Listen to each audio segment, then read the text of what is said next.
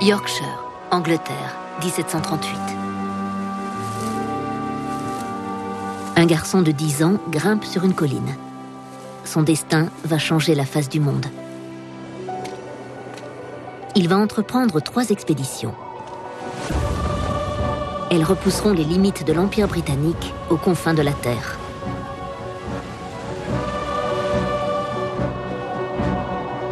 Pour beaucoup, il fut un héros. Pour d'autres, il n'était qu'un bandit. Il est tout simplement le plus grand explorateur de tous les temps, le capitaine James Cook. Il pouvait presque sentir la terre au-delà de l'horizon. Il savait d'instinct quelle direction il fallait suivre. C'était un marin très intuitif. Il était humble et humain, il était rationnel. Un héros moderne pour une époque moderne. Un héros éclairé et un homme de science. C'était l'un des hommes les plus illustres du monde occidental. Tout le monde voulait tout savoir sur lui, de l'impératrice de Russie au roi d'Angleterre. À sa mort, la Grande-Bretagne l'a érigé en symbole de sa puissance impériale. Mais au fil du temps, le mythe a été quelque peu écorné. Ses détracteurs voient en lui un conquérant impitoyable, la cruauté de l'Empire, l'affrontement des cultures, dans lequel les faibles ont payé le plus lourd tribut. Cook est arrivé avec une armée. Il est venu s'emparer de nos terres. Comme beaucoup, j'ai étudié l'histoire de James Cook à l'école. Au début, ça ne m'intéressait pas du tout. Pour moi, ce n'était que de la propagande pour un empire désuet. Le noble héros qui a découvert l'Australie et la Nouvelle-Zélande et qui a dressé les cartes de l'océan Pacifique.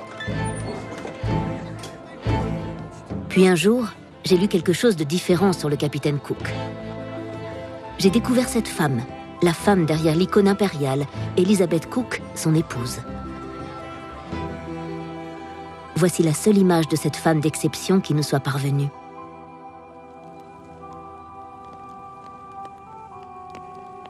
En 16 années de mariage, Elizabeth et James n'ont pas passé plus de 4 ans ensemble. Ils ont eu 6 enfants. Elizabeth les a tous enterrés. Seule.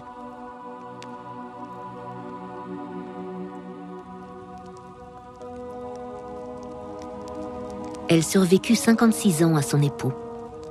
Juste avant de mourir, à l'âge de 93 ans, elle fait une chose étrange. Elle brûle toutes les lettres qui lui avaient écrites.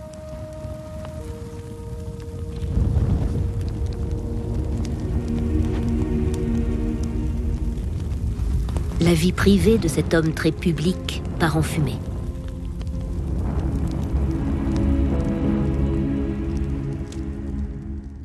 Qu'aurait pu révéler ces lettres? Que cherchait à cacher Elizabeth? Alors, j'ai eu envie de partir en voyage sur les traces du véritable James Cook. Pour savoir si l'histoire a dit toute la vérité, pour aller au-delà du mythe, pour comprendre ce qui a poussé ce découvreur de génie à parcourir les océans.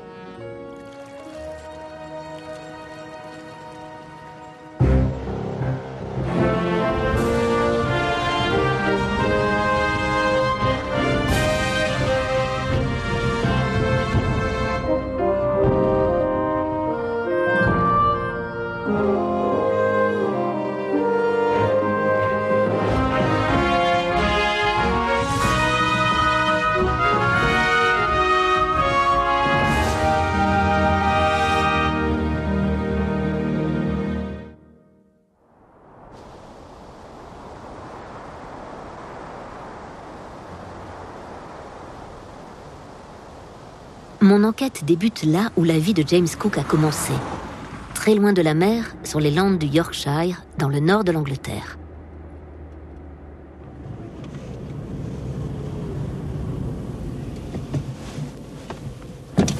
Bonjour Cliff. Salut Vanessa. Alors comme ça, tu t'intéresses à James Cook? Cliff Thornton est le président de la société Capitaine Cook. C'est lui qui me servira de guide à travers le paysage qui a forgé le caractère du grand explorateur. James Cook est né dans le village de Marton, le 27 octobre 1728. Son père est ouvrier fermier et la famille vit très modestement. Quelques années plus tard, elle part s'établir à la ferme de Harryholme, non loin de Great Ayton. Le père de James vient d'y être embauché comme gérant. Le petit garçon n'a que 8 ans, mais très vite, il attire l'attention du châtelain, Thomas Cuttow. Cliff veut me montrer leur église. La sœur de James Cook s'est mariée ici et 4 de ses frères et sœurs y sont enterrés.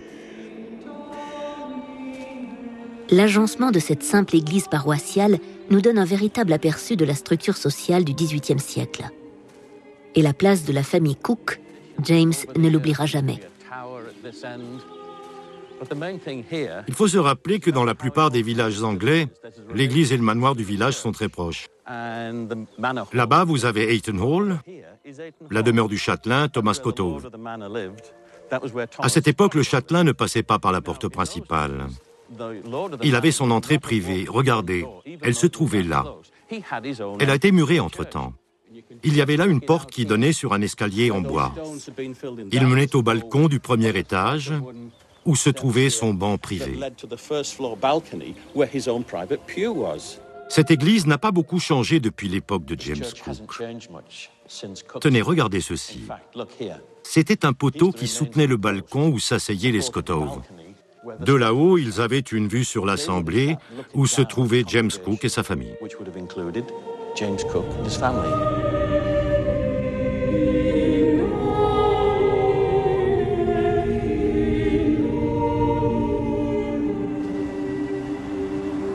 Thomas Cuttow est le premier à déceler quelque chose de particulier chez le jeune James. Il décide de prendre en charge son éducation et l'envoie à l'école du village. Comme aujourd'hui, l'éducation peut changer le destin d'un homme. Le jeune garçon de ferme commence son ascension.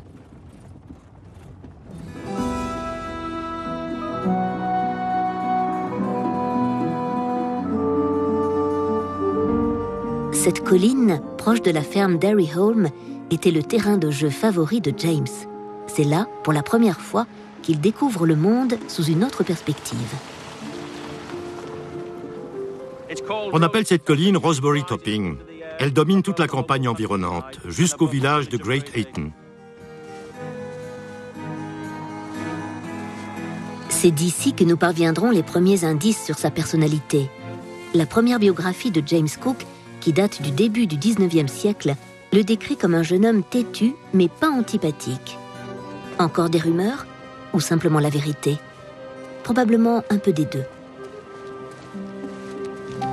Vous n'avez pas le vertige, au moins? Non, c'est incroyable cet endroit. De ce côté, vous pouvez voir où le capitaine Cook, ou plutôt le jeune James Cook et sa famille ont vécu. C'est la ferme Derryholme. Et de l'autre côté, vous avez son jardin, en quelque sorte, Rosebery Topping. Grimper des collines est devenu un trait de caractère, une marque de James Cook. Il a fait ça toute sa vie, partout dans le monde.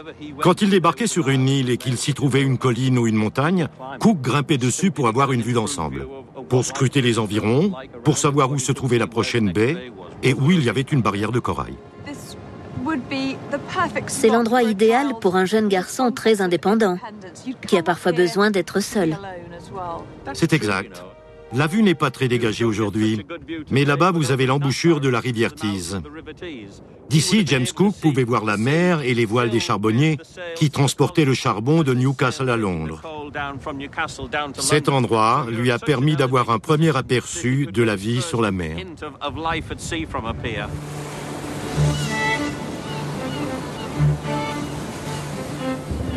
Un jeune homme têtu et indépendant découvre la mer. Il n'aura de cesse de s'en rapprocher. Une première étape est franchie lorsque Thomas Cuttow le place en apprentissage dans l'épicerie du village côtier de Stace.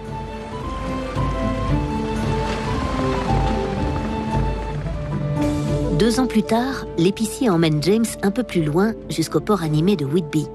C'est là qu'il prend sa décision. Il sera marin. Il est engagé comme apprenti chez un Quaker, propriétaire de bateau nommé John Walker.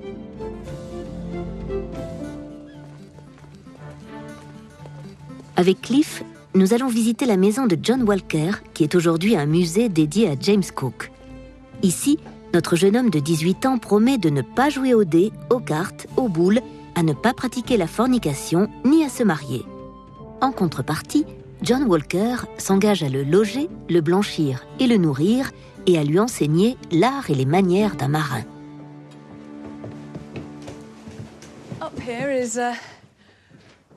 C'est ici que James Cook n'a pas joué au dé, Non. ni aux cartes, Non. ni aux boules, Non.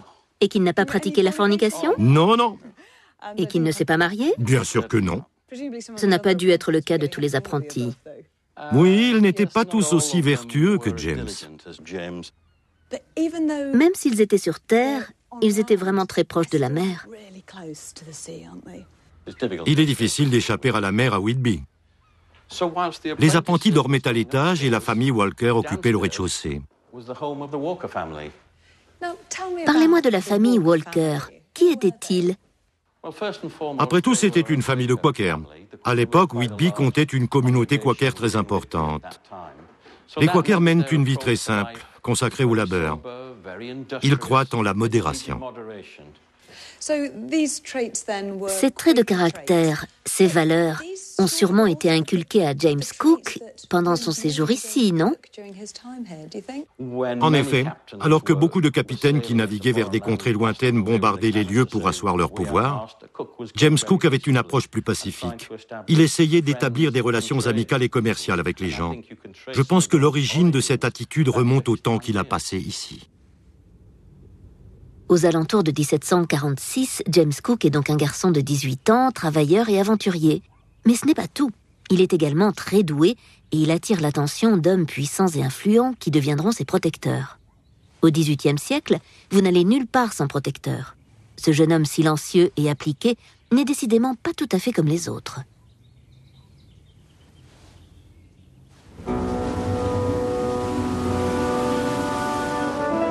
James Cook apprend à naviguer sur la mer du Nord, qui est parmi les eaux les plus périlleuses de la planète. Les navires sur lesquels il a été formé étaient des Whitby Cats, les charbonniers de l'époque. Un jour, il emmènerait ces navires robustes et maniables aux confins de la Terre. Le port de Whitby attirait des jeunes d'Édimbourg, des îles Orkneys, ou même d'ailleurs en Grande-Bretagne, bien au-delà des frontières du Yorkshire. Car si vous étiez formé à Whitby, sur les navires de la côte Est, vous étiez sûr de connaître votre affaire.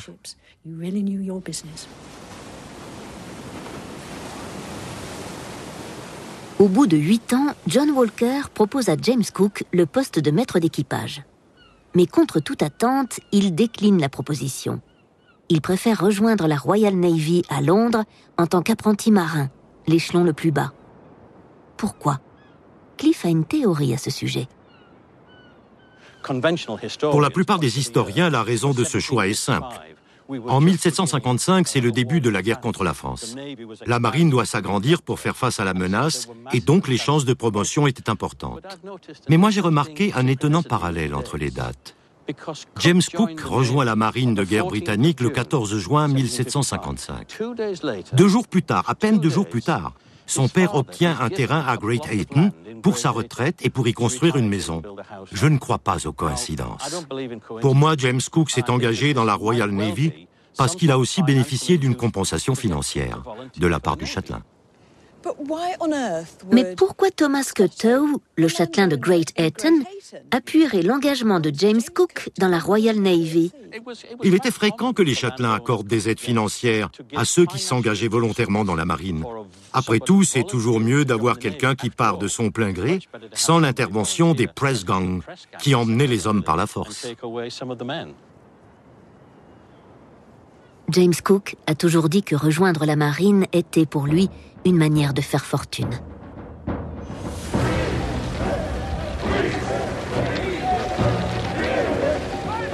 Et son instinct ne l'a pas trahi. 1 mois plus tard, il est nommé second. Et en moins de 2 ans, il est promu maître d'équipage, le même grade que celui proposé par John Walker. La Navy du XVIIIe siècle était dominée par le népotisme.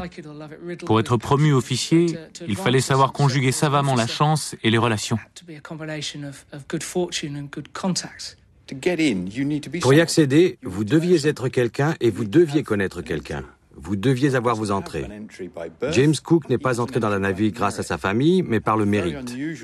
Au XVIIIe siècle, c'était très inhabituel de gravir des échelons aussi rapidement et avec autant de succès. Et il ne le doit qu'à son talent.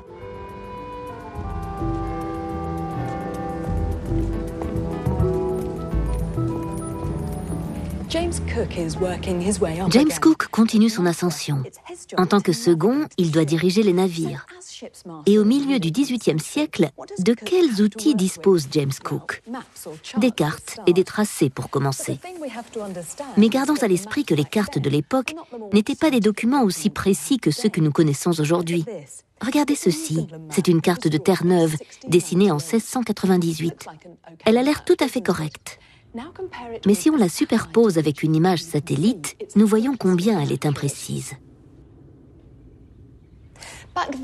On dresse une carte pour différentes raisons, pour mettre sur papier l'étendue de ses possessions ou pour faire payer des loyers et des impôts.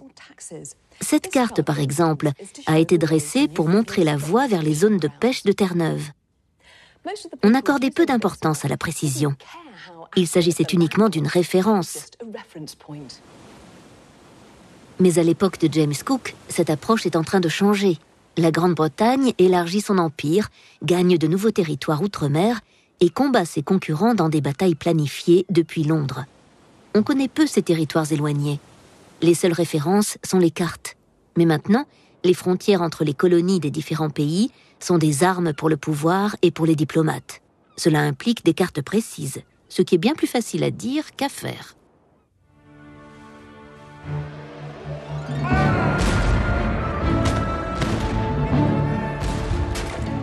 Très vite, ce besoin va devenir urgent. En 1756, c'est le début de la guerre de 7 ans, un conflit majeur qui oppose la Grande-Bretagne à la France.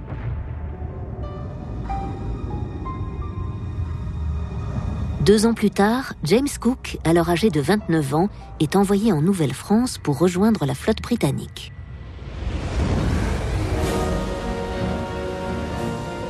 L'objectif de la Grande-Bretagne, conquérir l'Amérique du Nord. Aujourd'hui, la Nouvelle-France est le Canada.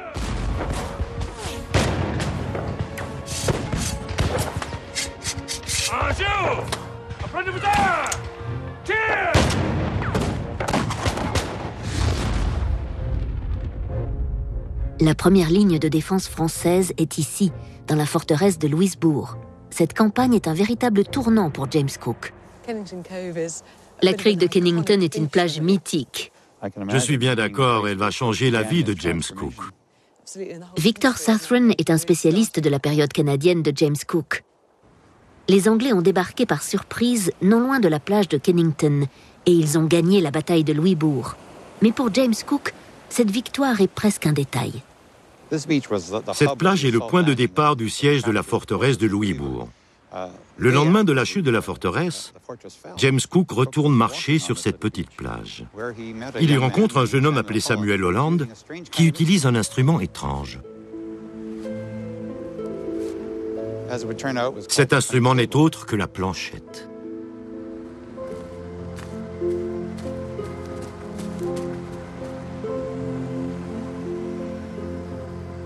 La planchette est une révélation pour James Cook.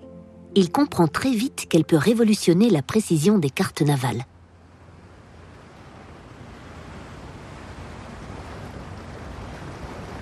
Sa rencontre avec Samuel Holland sur la plage est donc un moment décisif dans sa manière de penser.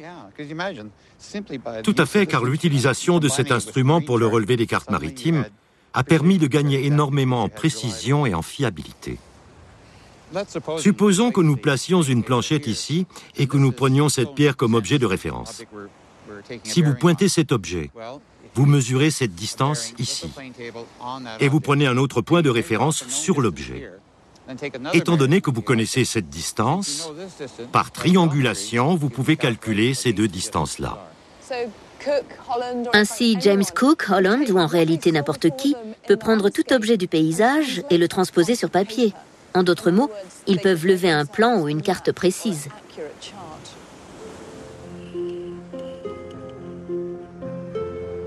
James Cook avait trouvé sa voie. Jusqu'à présent, pour naviguer, les marins comme lui dépendaient des connaissances locales, de croquis sommaires et d'une liste de voies de navigation. Maintenant, en tant que cartographe, il allait pouvoir dresser des relevés d'une précision scientifique inégalée. Je trouve cet endroit fascinant. Et vous savez pourquoi ? C'est ici qu'on saisit vraiment tout le personnage de James Cook, avec cette planchette, sur cette plage. C'est ici même que James Cook, simple maître d'équipage, va devenir le plus grand navigateur au monde. Exactement ici, quand il contemplait pour la première fois cet instrument. James Cook et Samuel Holland sont devenus de très bons amis. Une amitié fondée sur l'amour pour cette nouvelle science, la cartographie. Quand la campagne militaire britannique s'arrête pour l'hiver, le capitaine de James Cook l'encourage à se perfectionner en réalisant le relevé des alentours. Une fois de plus, l'appui d'un supérieur va l'aider à progresser. La première carte qu'il a dessinée est conservée ici. Voici l'Institut hydrographique de Taunton dans le Somerset, en Angleterre. On y garde les cartes de chaque petit bout de côte de la planète. Et plus important encore, il recèle un document qui est pour moi l'un des plus importants au monde. Et le conservateur, Philip Clayton Gore, va me le montrer. Il est là ? Super, il est vraiment sublime. Il est extraordinaire. Voici le fruit de la rencontre entre James Cook et Samuel Holland sur la plage canadienne. C'est la première carte tracée par James Cook, un premier jet de la baie et du port de Gaspé sur le fleuve Saint-Laurent en 1758.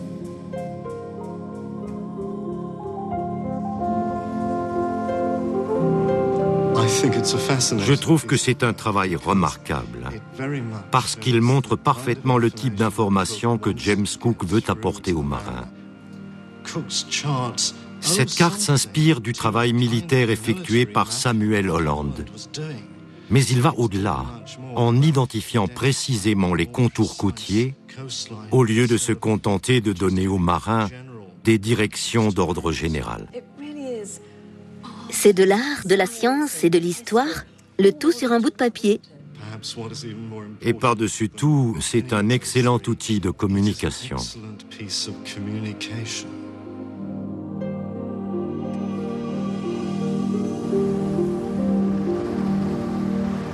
James Cook acquiert une notoriété en tant que cartographe. Cet extraordinaire marin va démontrer qu'il est non seulement capable de mener les navires à bon port, mais qu'il peut aussi gagner des batailles.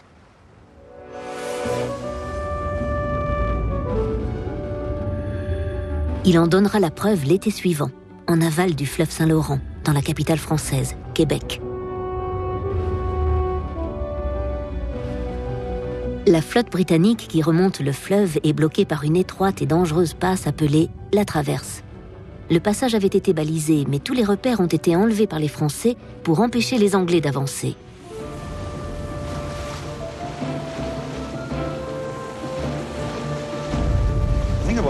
Le fleuve Saint-Laurent est un fleuve très dangereux encore de nos jours, alors imaginez au XVIIIe siècle.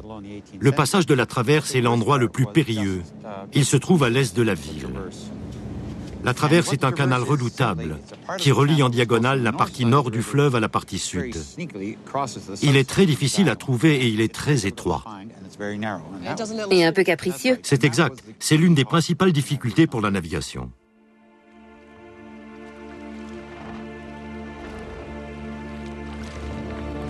On confie à James Cook la responsabilité d'assurer le passage des 141 navires anglais par la Traverse.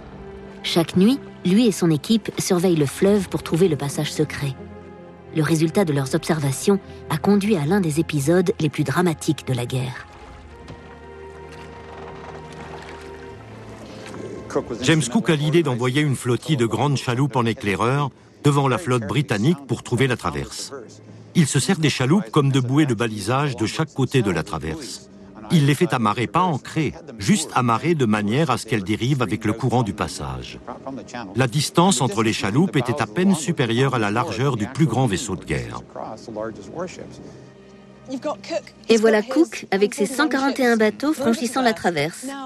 Cela a dû bien effrayer les marins français. Si j'avais été un officier français de l'époque, je me serais dit on est fichu. James Cook a réalisé un véritable exploit. Une fois la traverse passée, les Anglais débarquent, prenant de court leurs adversaires. La bataille qui s'ensuit sur les plaines d'Abraham assoit la domination des Britanniques au Canada.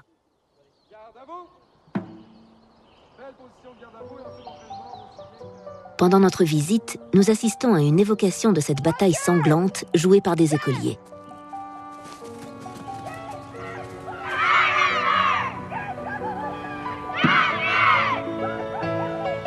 En rouge, les Anglais. En bleu, les Français.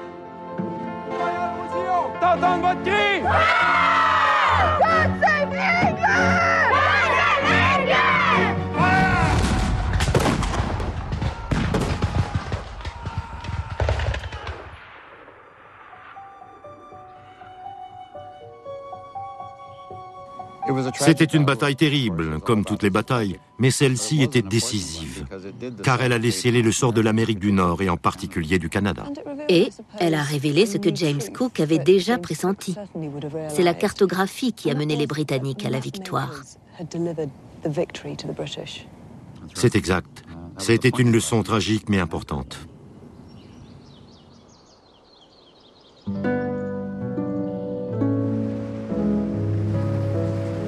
James Cook reste au Canada pendant 1 an après la guerre et impressionne ses supérieurs par son génie et ses compétences dans l'élaboration de cartes navales.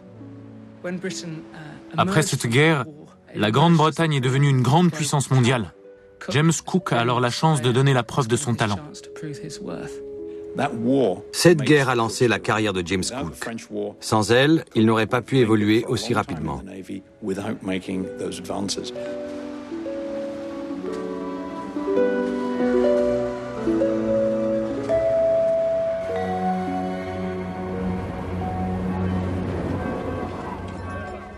Après 5 longues années à l'étranger, James Cook revient à Londres. Il a maintenant 33 ans et un avenir prometteur devant lui. Il est sur le point d'entamer un nouveau chapitre de sa vie.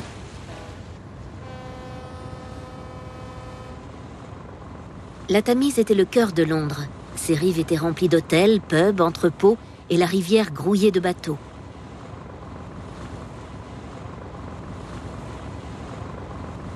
Quand James Cook revient à Londres, il descend peut-être ici même et va directement à la Taverne Belle. Et la raison pour laquelle il se rend à cette taverne, c'est Elizabeth Batts.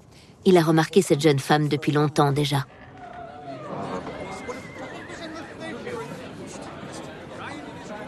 Une légende affirme que Cook était présent lors du baptême d'Elizabeth et qu'il aurait dit « Si cet enfant survit, je l'épouserai ». Encore une légende sans fondement. Cook n'avait que 13 ans à l'époque et il habitait dans le Yorkshire, à des kilomètres de Londres où Elizabeth vivait. Cela montre toutefois la minutie que l'on accorde à l'histoire de Cook, qui aurait pu choisir sa femme à un âge très précoce. 8 semaines plus tard, ils se mariaient.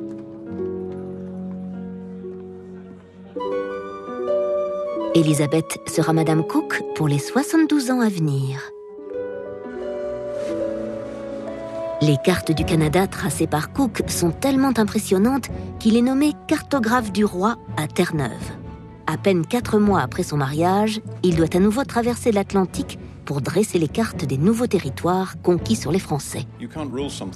Vous ne pouvez pas régner sur quelque chose sans savoir où celle-ci se trouve, ni comment s'y rendre. C'est avec une carte que vous montrerez l'étendue de vos possessions. Un bon relevé et une bonne cartographie servent l'Empire mieux que n'importe quoi. La cartographie suit les bénéfices commerciaux et les bénéfices commerciaux suivent la cartographie. Avec ces cartes, James Cook établit que ce morceau de terre appartient au roi d'Angleterre, pas au roi de France. Les cartes de Terre-Neuve effectuées par James Cook sont extrêmement rigoureuses. C'est l'expression même de son caractère perfectionniste et de son goût pour la précision. Il se distingue par sa méticulosité et son dévouement à cette nouvelle science.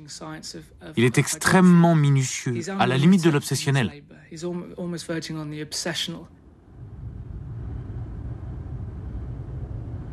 Pour saisir l'envergure de son talent, revenons à la carte de Terre-Neuve de 1698, qui n'est pas, comme nous l'avons vu, très précise. Voici la carte établie par Cook en 1762, l'année où il a commencé à dresser la carte du territoire. Si on la compare à l'image satellite, elle ne correspond pas encore tout à fait à la réalité.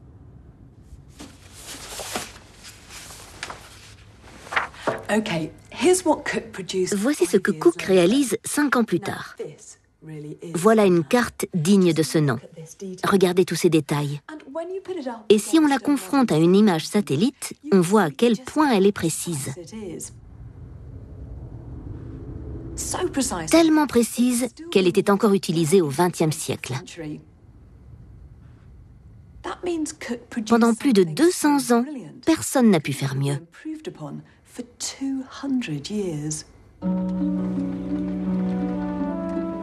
Pendant son séjour à Terre-Neuve, une corne à poudre explose accidentellement dans la main de Cook. C'est cette cicatrice qui permettra 20 ans plus tard d'identifier son corps.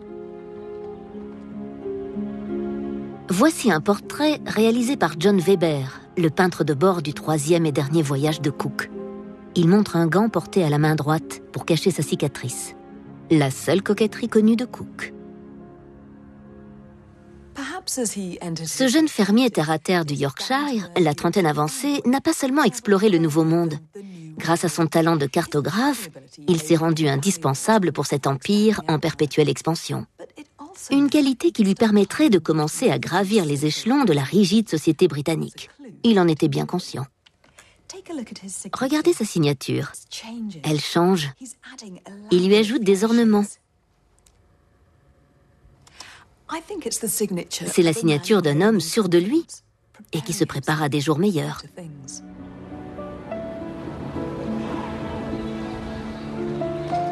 La famille et les revenus augmentant, les Cook déménagent au numéro 7 d'Assembly Row, Mile End, dans une modeste mais respectable maison mitoyenne de cette zone périurbaine.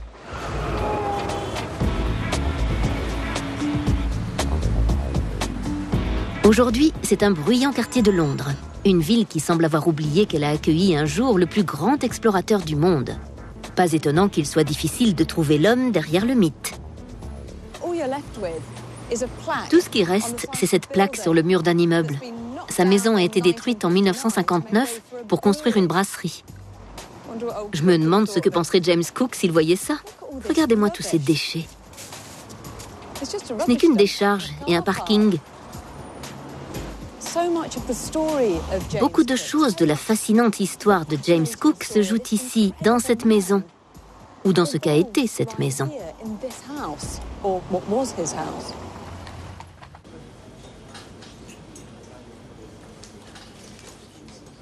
Nous sommes en 1768.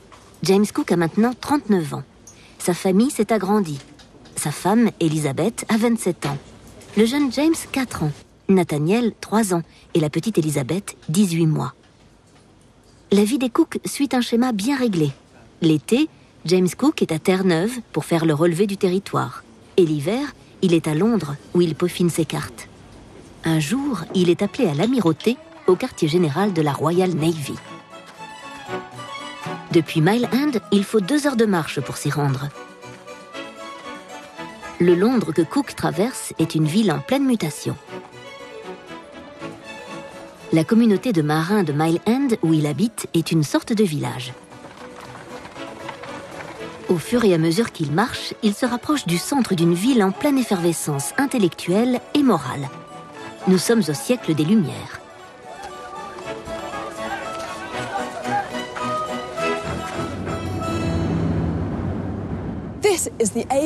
C'est l'époque où tout sur Terre et la place de la Terre dans l'univers est organisée et mesurée. C'est une époque où la vérité se trouve à travers le télescope, le sextant ou la montre. La science est la nouvelle religion. Son temple, cet immeuble. Et son clergé, les astronomes. En 1768, ils sont obsédés par un événement qui aura lieu là-haut, à 40 millions de kilomètres.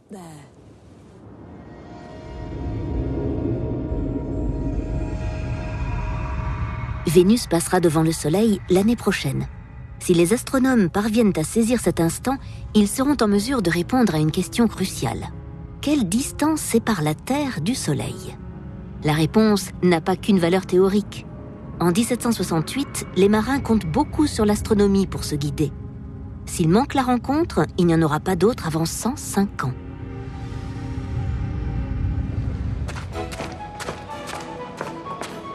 C'est pour cette raison que James Cook a été convoqué à l'Amirauté.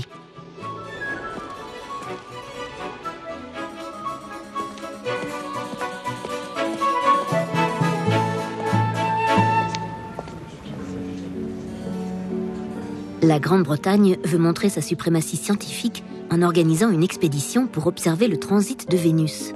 C'est une mission qui requiert les talents d'un homme comme James Cook. L'Amirauté fournira un navire et James Cook sera son commandant. Il ne le sait pas encore, mais l'Amirauté a une autre idée derrière la tête. Un plan secret dont il n'aura connaissance que l'année suivante, quand il ouvrira à l'autre bout du monde des ordres scellés.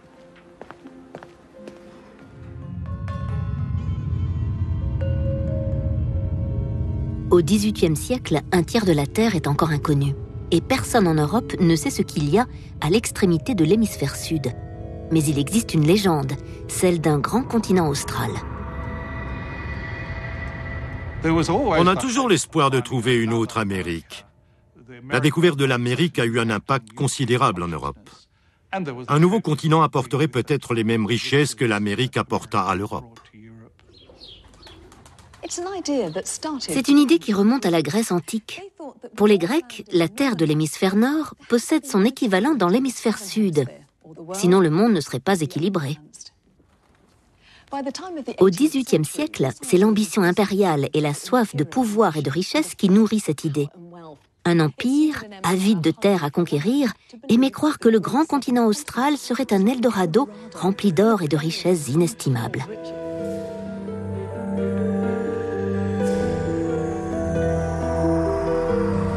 L'homme qui découvrirait ce continent connaîtrait une gloire éternelle. Pourquoi les éminences grises de l'Amirauté ont-ils choisi James Cook, un simple maître d'équipage? Seul un navigateur de talent trouverait ce continent. Et seul un cartographe doué rapporterait les meilleures cartes. Si ce lieu existait, ils savaient que Cook reviendrait avec l'information dont ils avaient besoin pour revendiquer cette terre.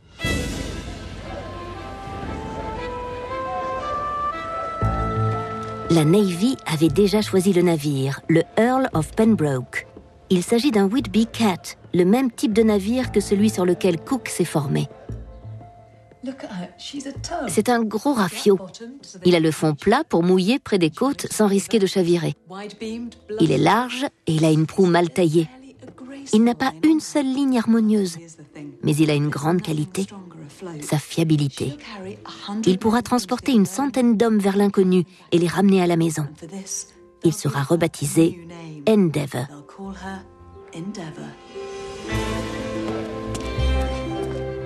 Et le jeune fermier du Yorkshire devient le lieutenant James Cook. Pour cette mission, le rang et la classe sociale n'ont plus aucune importance. Si vous voulez savoir ce qu'il y a de l'autre côté du monde, Monsieur Cook est l'homme de la situation. Et peu importe qu'il ne soit pas un gentleman. Il est propulsé dans une nouvelle sphère quand il est promu officier. À cette époque, l'establishment commence à donner des signes d'ouverture et accepte en son sein des personnes comme Cook, qui normalement auraient été méprisées.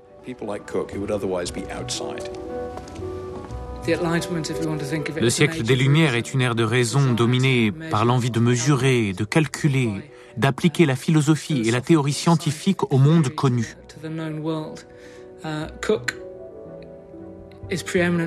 Son goût pour l'exactitude, sa détermination à réaliser des observations précises font de James Cook un navigateur de premier ordre. Les astronomes ont identifié une zone dans le Pacifique depuis laquelle James Cook peut avoir un bon point de vue pour observer le passage de Vénus. Le problème, c'est que ce lieu se trouve dans une zone vide sur leur carte. De fait, James Cook n'a pas de destination. Alors qu'il s'apprête à partir, le Dauphin rentre dans le port de Londres. 2 ans auparavant, ce navire avait été envoyé vers le Pacifique et le voilà de retour avec des nouvelles extraordinaires. Ils ont trouvé une île, et pas n'importe laquelle.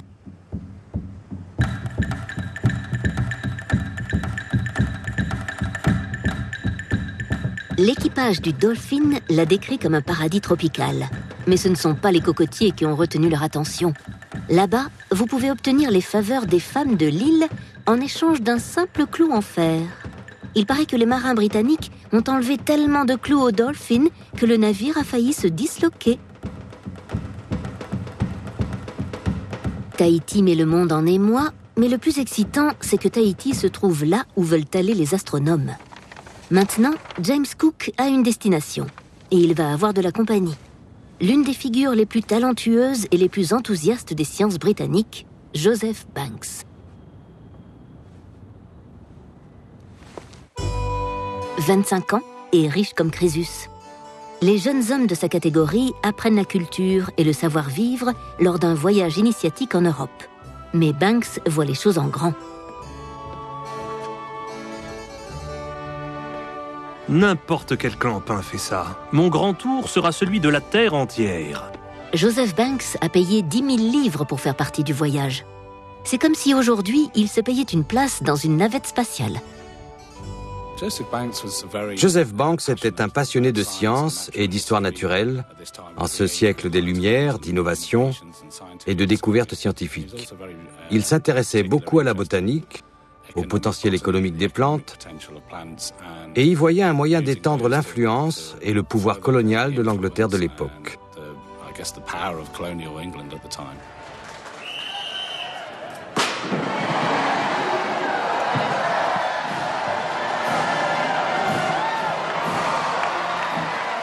En 1993, une réplique du Endeavour a été mise à la mer, 225 ans après l'original. C'est une réplique quasi parfaite du navire de James Cook.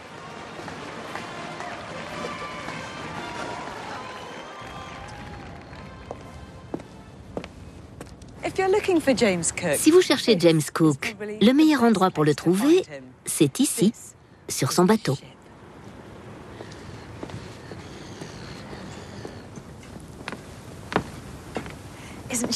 Il est magnifique, bien qu'il soit plus petit que je ne l'avais imaginé.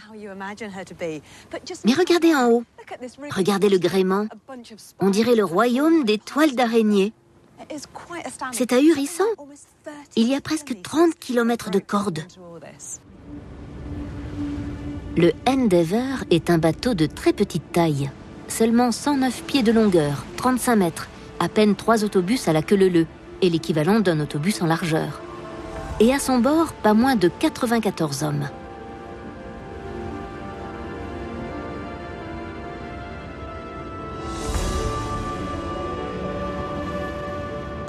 Les bateaux de Cook étaient petits, mais ils pouvaient accueillir de grands équipages, ce qui signifiait que les marins étaient un peu serrés. Même les cabines des officiers étaient minuscules. Quant à l'équipage, la cale était littéralement bondée. La nuit, les hamacs se balançaient les uns sur les autres. Mais le Endeavour a un grand avantage. C'est un transporteur. Sa coque est vide, large, facile d'accès et de grande contenance. Il pourra transporter de grandes quantités de provisions. Toute la conception du bateau repose sur la charge. Vous pouvez emmener des vivres pour un très long voyage. Il n'y avait pas de vie privée, ni beaucoup de place pour les objets personnels. En réalité, l'espace pour les marchandises, la nourriture et les provisions étaient plus importantes que l'espace pour les hommes. Mais comment était réellement la vie à bord ? Salut! Salut Penny. Comment ça va? Merci. Bienvenue à bord. Penny Kelly est l'officier en second sur la réplique du Endeavour. Elle m'emmène sous le pont dans le monde clos de la marine du XVIIIe siècle. Le vestibule du capitaine Cook et sa cabine.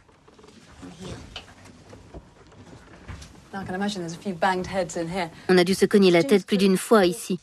James Cook mesurait presque 1,90 m et il a passé 3 ans de sa vie dans ce lieu exigu.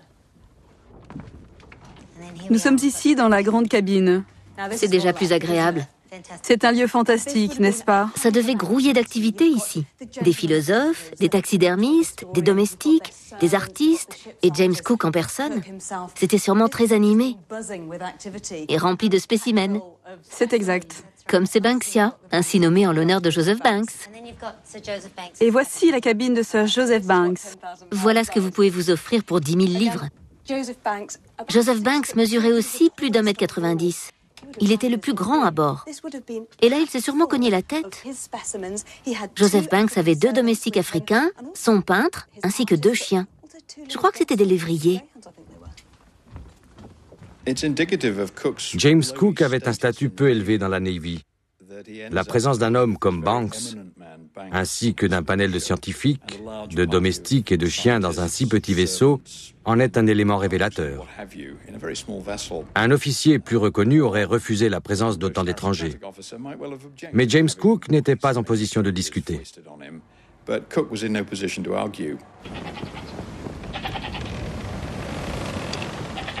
Le membre de l'équipage à avoir voyagé le plus fait partie de la jante féminine. C'est la chèvre du bateau. Elle a fait le tour du monde sur le Dolphin et la voilà repartie. Elle est devenue la chèvre la plus célèbre au monde. Les jeunes James et Nathaniel Cook font aussi partie du voyage, mais sur le papier seulement. James Cook les inscrit parmi les membres de l'équipage. Ainsi, il comptabilise des heures de navigation.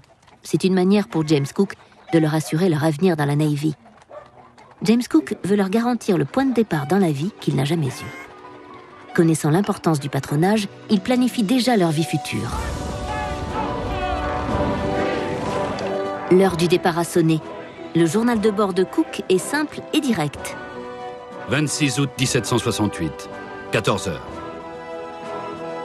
Nous sommes partis et avons pris le large avec 94 personnes à bord, y compris les officiers, les marins, les gentlemen et leurs domestiques. C'est un grand moment pour James Cook. S'il réussit ce voyage, sa renommée sera considérable.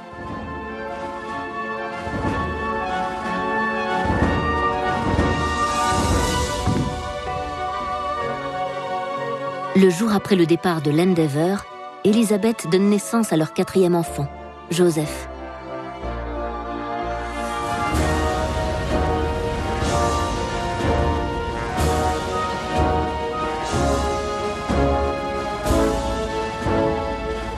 Une fois au large, le nouveau lieutenant a son petit monde sous contrôle. Et voici un aperçu de la manière dont il exerce ce pouvoir.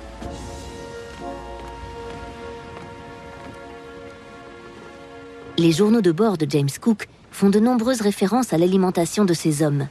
Leur régime alimentaire l'obsédait. Ce n'est pas étonnant. La pire menace qui les guettait était le scorbut.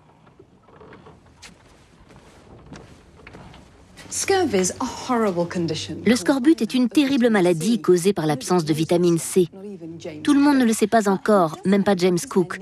Mais lui, il sait que ces hommes doivent manger de la nourriture fraîche. Chose impossible sur de longs voyages. Alors, il propose un substitut, la choucroute ou le chou aigre. Le problème, c'est que ces hommes refusent de le manger. Et franchement, je les comprends.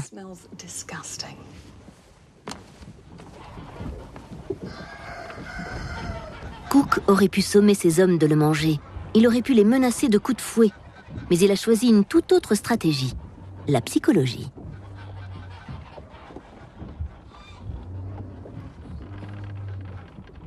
Les hommes ne voulaient pas manger de choucroute, jusqu'à ce que je mette en pratique une méthode que je savais infaillible. Il fallait la servir tous les jours à la table des officiers. S'ils voyaient que leur supérieur appréciait la choucroute, elle deviendrait le mets le plus exquis au monde. Le scorbut est une maladie due à une carence alimentaire. Elle est causée par un manque de vitamine C dû à l'absence de légumes et de fruits frais. Votre santé se dégrade, vos tissus conjonctifs pourrissent, vos gencives saignent, vos dents tombent, votre haleine est atroce, de vieilles blessures s'ouvrent et vous mourrez d'une lente agonie. Elle affecte évidemment la santé des marins et par conséquent, elle met en danger la Navy.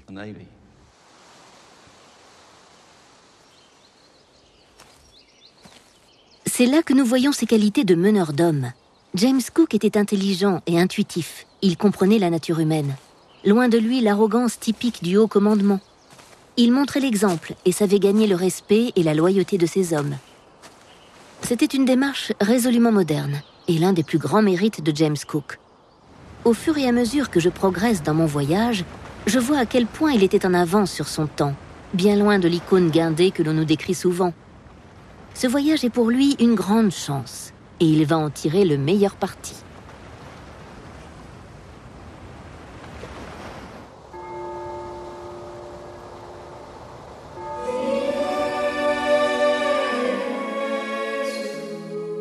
Un mois après le départ du Endeavour, le petit Joseph meurt.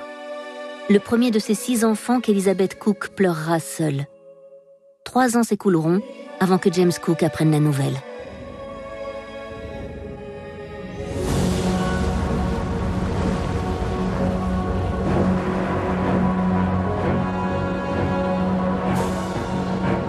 Son génie et sa détermination l'emmèneront dans des lieux que la plupart des Européens n'imaginent même pas.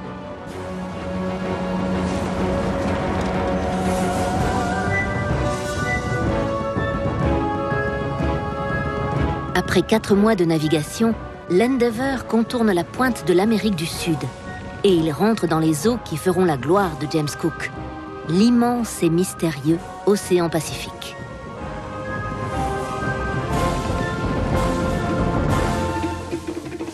Il sait que sa première grande épreuve viendra sur une île paradisiaque. Mais il a aussi ses instructions secrètes qui l'enverront à la recherche de ce territoire de légendes et de richesses inimaginables. Il entrera en contact avec d'autres peuples et d'autres cultures.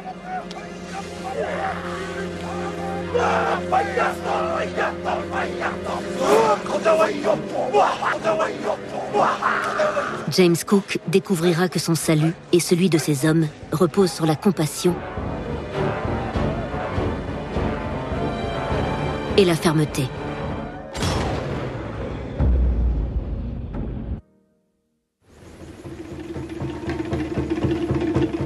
En 1769, cela fait seulement 1 an que les Européens connaissent l'existence de Tahiti.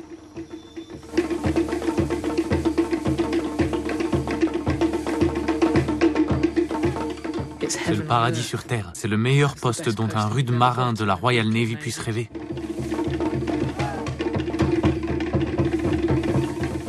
Les habitants sont accueillants, la nourriture est bonne, les femmes sont encore plus accueillantes. Vous pouvez vous offrir une nuit de plaisir en échange d'un clou en fer. C'est tout simplement enivrant.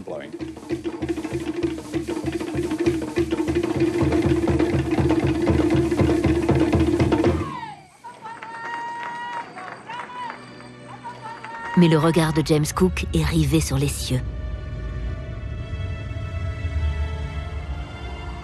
Vénus va passer devant le Soleil.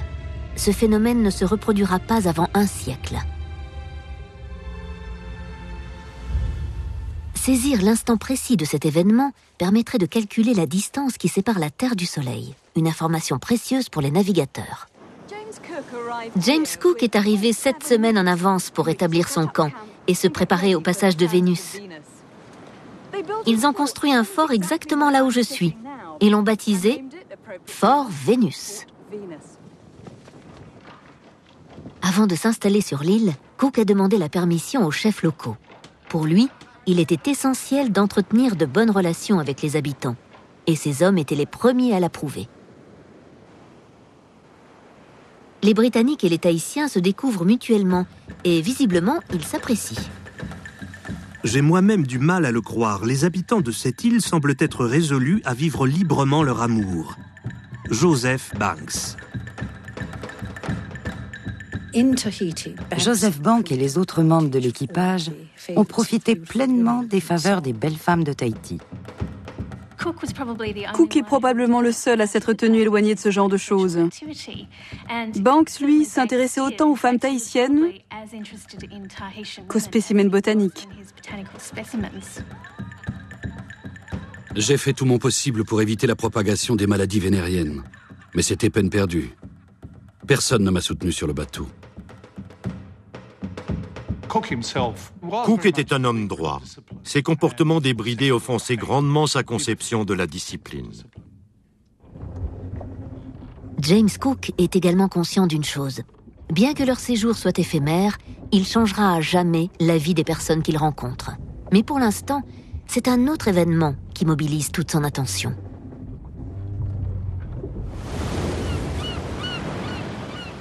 Le samedi 3 juin 1769, à Tahiti, les conditions météorologiques sont parfaites pour observer le passage de Vénus.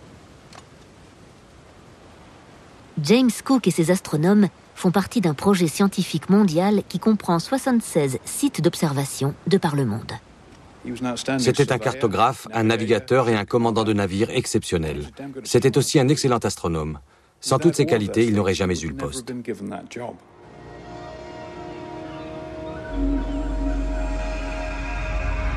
Le minuscule point noir mettra des heures à rejoindre le Soleil, des heures d'attente insoutenables. Son journal indique qu'il savait dès le départ que les calculs seraient faussés par un effet d'optique.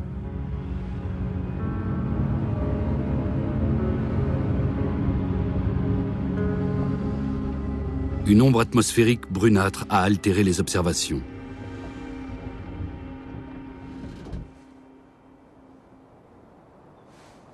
En réalité, la mission était vouée à l'échec. Que le temps ait été au beau fixe ou que les nuages aient bouché l'horizon comme aujourd'hui, l'aventure n'avait aucune chance de réussir. James Cook devait se battre contre l'effet de la goutte noire. Imaginez que mon pouce et mon index sont le Soleil et Vénus. James doit commencer à prendre des mesures dès qu'ils commencent à se rejoindre. Mais au fur et à mesure qu'ils se rapprochent, juste avant le contact, un effet d'optique déforme leurs bords et les fait se toucher. Il est pratiquement impossible d'obtenir des mesures précises. De quoi rendre fou un perfectionniste comme James Cook, d'autant qu'il joue sa réputation avec ce voyage.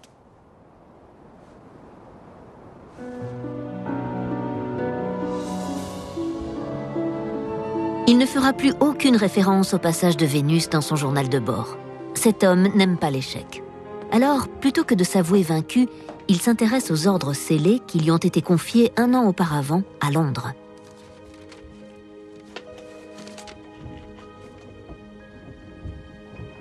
Ces ordres commandent au capitaine Cook de résoudre le plus insondable mystère de la planète.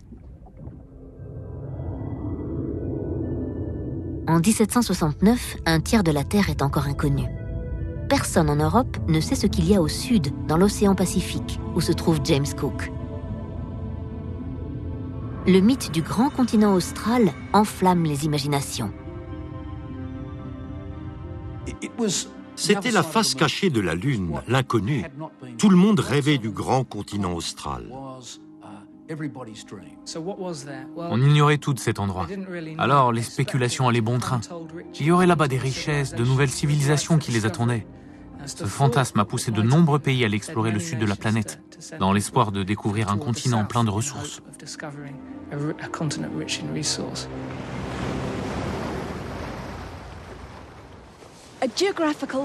Le grand continent austral est une légende et une idée tellement ancrée dans les esprits que même les meilleurs cartographes de l'Occident l'ont dessinée. Regardez ceci. C'est une carte hollandaise de 1659. Ici, vous avez l'ancien monde, une certitude géographique. Voici Terra Australis, une fantaisie géographique. Mais elle est dessinée avec une côte, des élévations et même des rivières et des noms de lieux. Elle est nommée Terra Australis Nondum Cognita, le grand continent austral pas encore découvert. Les puissances européennes se sont lancées dans une véritable course. Qui sera la première à le trouver, le cartographier et le posséder? À l'époque, les Espagnols considèrent que le Pacifique leur appartient, avec l'Amérique du Sud, l'Amérique centrale, les Philippines. La Grande-Bretagne a développé sa puissance maritime. Pour la première fois de son histoire, elle est en mesure de contrôler les routes commerciales du monde. Ils voulaient une base quelque part sur le continent austral, à partir de laquelle ils pourraient conquérir les marchés espagnols par le commerce ou la guerre. Le Britannique du XVIIIe siècle ne s'offusque pas d'un peu de violence dans ces échanges. Ce qui nous ramène à James Cook et à l'Endeavour, ancré exactement là. À son bord, les ordres secrets de l'amirauté. Considérant qu'il est concevable qu'un continent d'une grande extension puisse être découvert vers le sud, vous avez par la présente l'ordre de partir à la découverte du dit continent.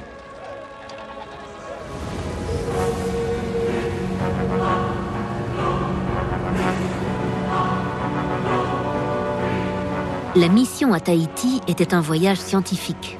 L'Endeavour navigue à présent vers les eaux inconnues du sud pour un véritable voyage de découverte.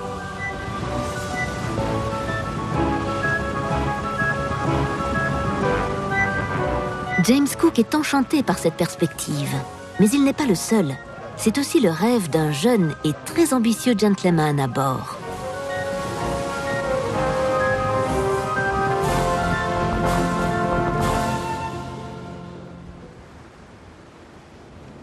Joseph Banks est un riche aristocrate passionné d'histoire naturelle. Il a payé 10 000 livres pour faire partie du voyage, et il s'est véritablement pris au jeu. Il s'est fait tatouer, comme d'autres membres de l'équipage, une coutume tahitienne qui va vite conquérir la Royal Navy. Joseph Banks a collecté des milliers de spécimens, dont un bien particulier, un jeune Tahitien nommé Tupaya.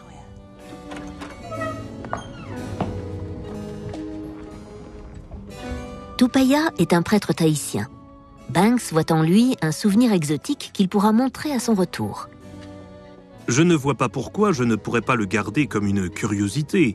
Certains de mes voisins ont bien un lion ou un tigre. Joseph Banks. James Cook voit les choses sous un autre angle. Pour lui, Tupaya est effectivement quelqu'un de très spécial. Non pas pour son côté exotique, mais pour son savoir exceptionnel. Il connaît les mystérieuses eaux du Pacifique mieux que quiconque. Cook respectait énormément ses connaissances géographiques et ses talents de navigateur. Il lui a aussi servi de traducteur tout au long de leur séjour. Dès qu'il le peut, il se fie à l'expérience des autochtones. Contrairement aux autres officiers de son époque, il veut communiquer avec eux et s'inspirer de leur savoir. Tupaya a dessiné une carte pour James Cook.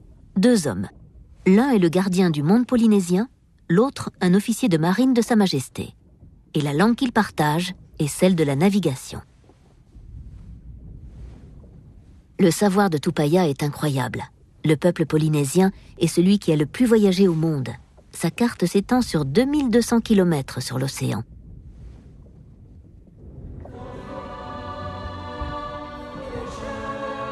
Tupaya affirme ignorer l'existence d'un continent ou d'une grande étendue de terre. Je n'ai aucune raison de mettre en doute ses dires.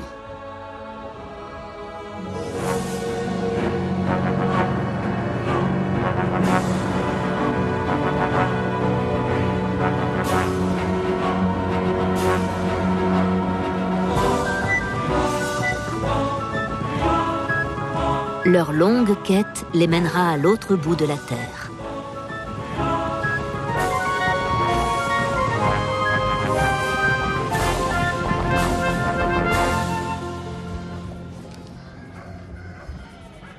Sur le bateau, le capitaine Cook profite de la compagnie des scientifiques et des artistes. Des personnes qu'un homme de sa catégorie sociale n'aurait jamais croisées sur la terre ferme. Joseph Banks décrit la vie à bord de l'Endeavour. Si seulement nos amis en Angleterre pouvaient nous voir. Le docteur Solander est assis à la table de la cabine et il classe ses échantillons. Moi, je suis à mon bureau et j'écris ce journal. Notre principal objet de préoccupation est cette terre que, sans aucun doute, nous découvrirons prochainement. Joseph Banks. Au milieu de l'océan, nous voyons émerger une nouvelle facette de James Cook. Le contact de ces hommes instruits le stimule, même s'il est sans doute encore un peu intimidé. Il se laisse gagner par l'enthousiasme des gentlemen explorateurs et commence à s'intéresser à l'histoire naturelle. Des albatros, des puffins, des damiers du Cap volent autour du navire, ainsi que des centaines d'oiseaux plus petits que des pigeons. Leur dos est gris, leur abdomen blanc et la pointe de leur queue noire, avec une ligne foncée sur la partie supérieure des ailes.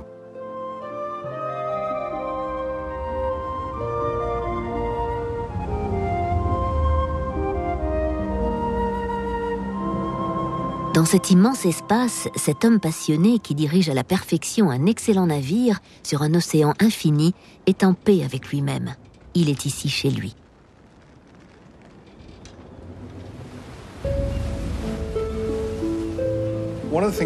James Cook se distingue de ses collègues parce qu'il vient du bas de l'échelle sociale. Il a été matelot, il a été dans la cale. Il a fait partie d'un équipage, il sait ce que c'est que recevoir des ordres.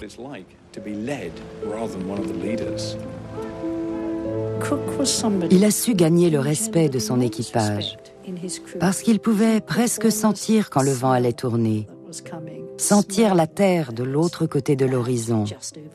C'était un marin très instinctif.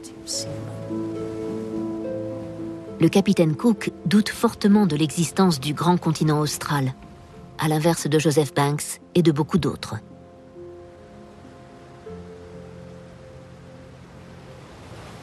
À Londres, Alexander Dalrymple est de cela. Il est ce qu'on appelle un géographe spéculateur. Cela peut sembler absurde, mais c'était une profession très respectée. Il a dressé une carte sur la base des voyages des navigateurs espagnols, portugais et hollandais dans le Pacifique. Regardez ici, il écrit « traces de terre » et ici « traces de continent ». C'est très alléchant. Alexander Dalrymple est un ami de Joseph Banks, et Joseph Banks est un adepte du grand continent austral. Il croit qu'ils vont le trouver d'un jour à l'autre.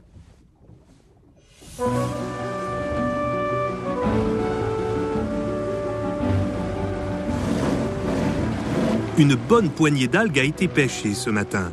Parmi elles, il y avait un morceau de bois recouvert de sertularia, de cyprès de mer. Nous avons en notre possession à présent un produit de notre terre promise, Joseph Banks. Cook est sceptique, mais il ne dit rien. Tous les ans, les graines qui poussent uniquement dans les Indes occidentales échouent sur la côte irlandaise ou écossaise. 1200 lieues séparent ces deux endroits. Peut-être sommes-nous tentés de voir ce que nous avons envie de voir.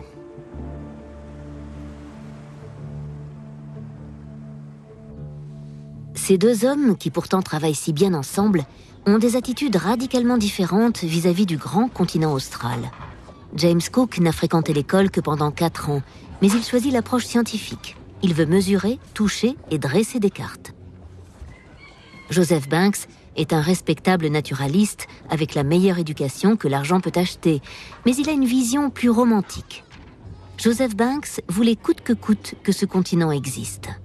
James Cook était là pour accomplir un travail, et ce travail impliquait des faits concrets. Le capitaine Cook met le cap sur 40 degrés de latitude sud et il ne trouve rien, pas moindre trace du continent austral. Il consulte alors les ordres secrets qui lui disent « Si vous ne trouvez pas le grand continent austral, vous devez vous diriger vers l'ouest, jusqu'à ce que vous arriviez sur la terre découverte par Tasman. » En 1769, cette terre ressemble à cela sur les cartes. L'explorateur hollandais Abel Tasman l'avait nommée Statenland en 1642. Nombreux sont ceux qui pensent avoir là les côtes ouest du grand continent austral.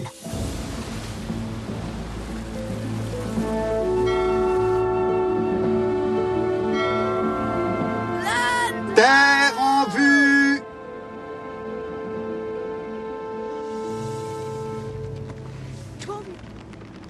Le jeune Nick Young, à peine 12 ans, est le premier à voir la Terre. Imaginez son excitation. Était-ce le continent? S'agissait-il de la Terre découverte par Tasman un siècle auparavant? Tout le monde est d'accord pour dire qu'il s'agit bien du continent que nous recherchons, Joseph Banks. James Cook s'en tient au fait. Il se trouve sur la côte est d'une terre non identifiée. Le meilleur moyen de savoir s'ils sont bien sur le grand continent est de le demander aux personnes qui y habitent. Un peuple qui aura un profond impact sur James Cook.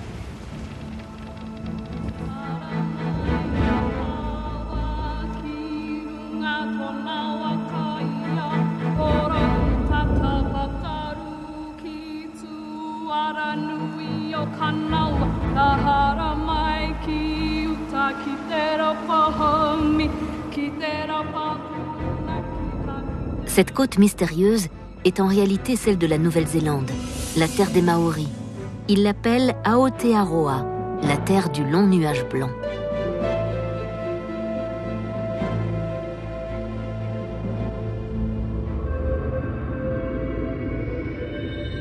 L'Endeavour jette l'ancre dans ce qu'on appelle aujourd'hui la baie de Gisborne, au nord de l'île.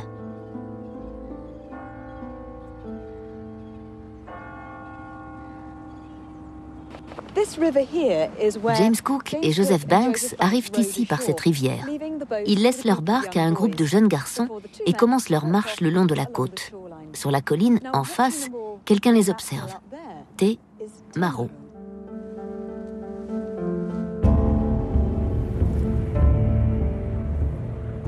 T. Marot est le chef de la tribu des Narté Oneone. Il ne parlera jamais à James Cook. Sa rencontre tragique avec les hommes de l'Endeavour en octobre 1769 résonne encore dans les esprits, plus de 200 ans plus tard. Bonjour Barney, ravi de te connaître. Barney Tupara est un descendant de Temaro. Entre, je t'en prie. Merci beaucoup. Les Nartés Onéonés n'oublieront jamais le jour où leur chef rencontra l'homme blanc. Barney maintient le souvenir vivant. C'était un jour comme les autres. Le soleil brillait, le ciel était bleu. La montagne Titirangi reluisait d'un éclat doré. Soudain, Temaro entendit un grand vacarme sur la plage. Il décida de descendre et y jeter un coup d'œil. Il vit des gens, blancs comme des fantômes. Il n'en avait jamais vu de pareil. Ils portaient des vêtements qu'il n'avait jamais vus auparavant. Ils parlaient une langue qu'il ne pouvait pas comprendre. Il s'avança vers eux. Ils ont crié. Il a vu un bâton qui brillait au soleil. Il se demanda ce que c'était. Ils ont crié à nouveau, mais il ne pouvait pas les comprendre. Il a marché vers eux. Il y eut un autre cri. Puis, du bâton a surgi une lumière aveuglante.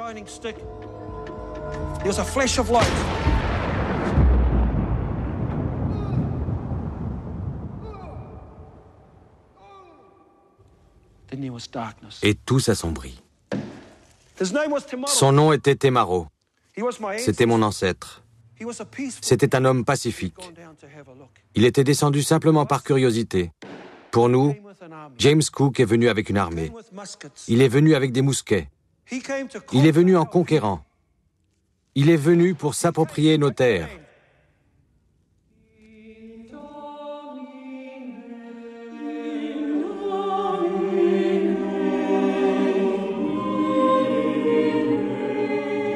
Le matin suivant, James Cook revient sur la plage et trouve le corps de Temaro, gisant encore sur le sable.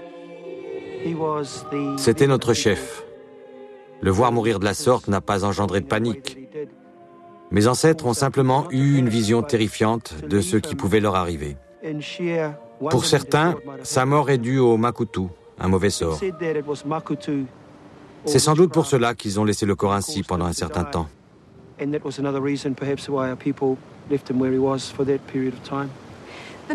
Le lendemain, James Cook revient à terre et il écrit qu'il a vu un groupe d'indigènes brandissant des armes au-dessus de leur tête et exécuter quelque chose qui ressemble à une danse guerrière. Ce n'était pas qu'une danse guerrière, c'était le Kapa Aka.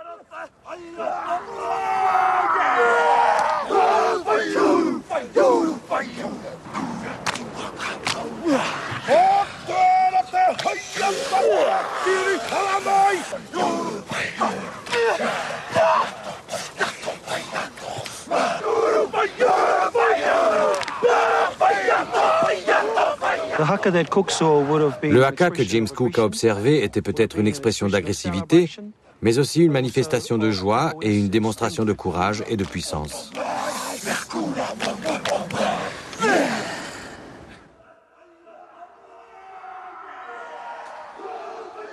James Cook a probablement été le premier Anglais à voir un haka maori. Cela a dû être très impressionnant de faire face à ces guerriers menaçants. Ils auraient pu être venus pour venger leur chef assassiné. Ils n'avaient aucun moyen de savoir quelle réponse apporter à un haka. Et ce qui arriva ensuite est remarquable. Pour moi, c'est encore une preuve du courage exceptionnel du capitaine Cook, mais également de son extraordinaire intuition.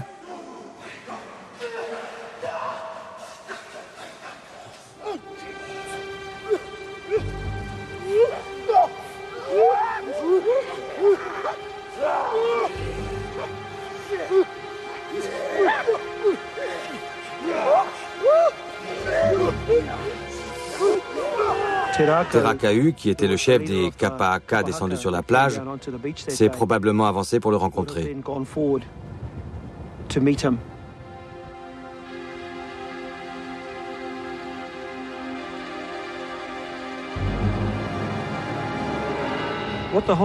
Le hongi est notre façon, à nous Maoris, de saluer les gens, indépendamment du fait que nous les apprécions ou pas. C'est une manière intime, douce et amicale de saluer quelqu'un.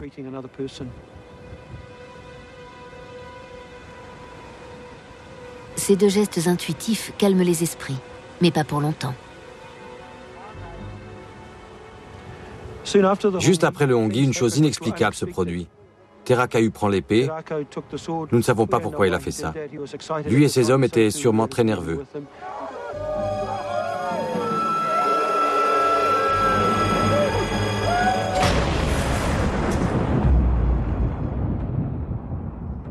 Et comme nous le savons, il a été abattu. Du côté britannique, on dit que Cook a recouvert le corps de Terracahu avec la veste rouge de l'un de ses marins. Est-ce que votre tradition orale en parle? Et est-ce qu'elle considère cela comme un geste de réconciliation? D'une certaine manière, ce geste signifiait probablement que ce qui venait de se produire n'aurait pas dû arriver, et que James Cook en assumait la responsabilité.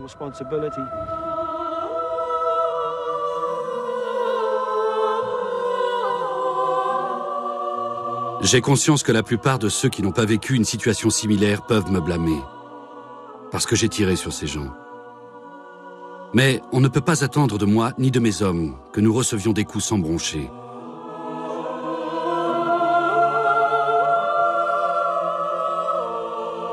Rares sont les moments de l'histoire racontés des deux côtés. Barney et sa tribu voient les meurtres de Te Maro et de Terracahu comme les prémices des ravages des Blancs initiés par James Cook. Puis il y a la version de l'Empire, si vous voulez. James Cook et son équipage étaient au service du roi et de la nation. Ils étaient loin de chez eux. Le devoir du capitaine était de les garder en vie. Cette rencontre a mal tourné, mais nous savons, grâce au journal de bord, qu'il était tout à fait conscient de troubler et de provoquer les populations du Pacifique, et qu'il en était très inquiet.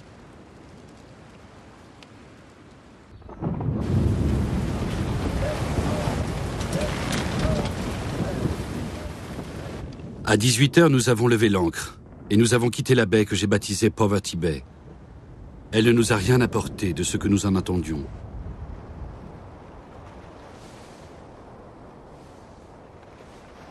Leur séjour ici a été un vrai désastre. James Cook a nommé ce lieu baie de la pauvreté, tant pour son sentiment de frustration personnelle que pour leur incapacité à y trouver des provisions.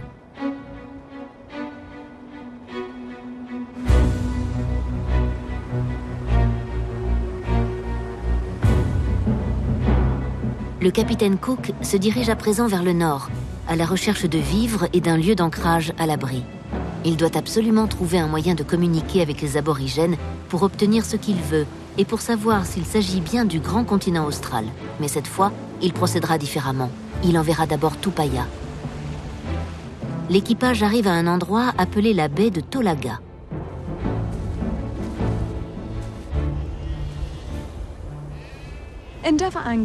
L'Endeavour a jeté l'ancre juste là. James Cook a longé ce promontoire et il est allé dans cette crique pour trouver du bois et de l'eau. Son premier contact avec la Nouvelle-Zélande lui a appris une chose: le respect est la clé des échanges avec les Maoris.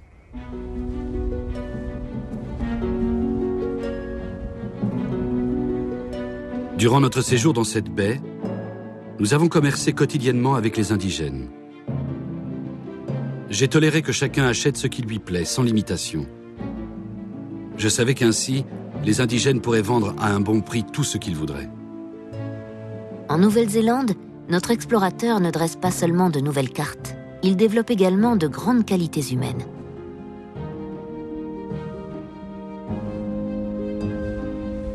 C'est le genre de lieu où l'on s'arrête pour réfléchir. J'ai dans mon sac un dessin fait par l'un des hommes, ou peut-être par James Cook lui-même. Regardez. Regardez les rochers ici. Et regardez ceux-là. La personne qui a fait ce dessin était probablement assise très exactement ici.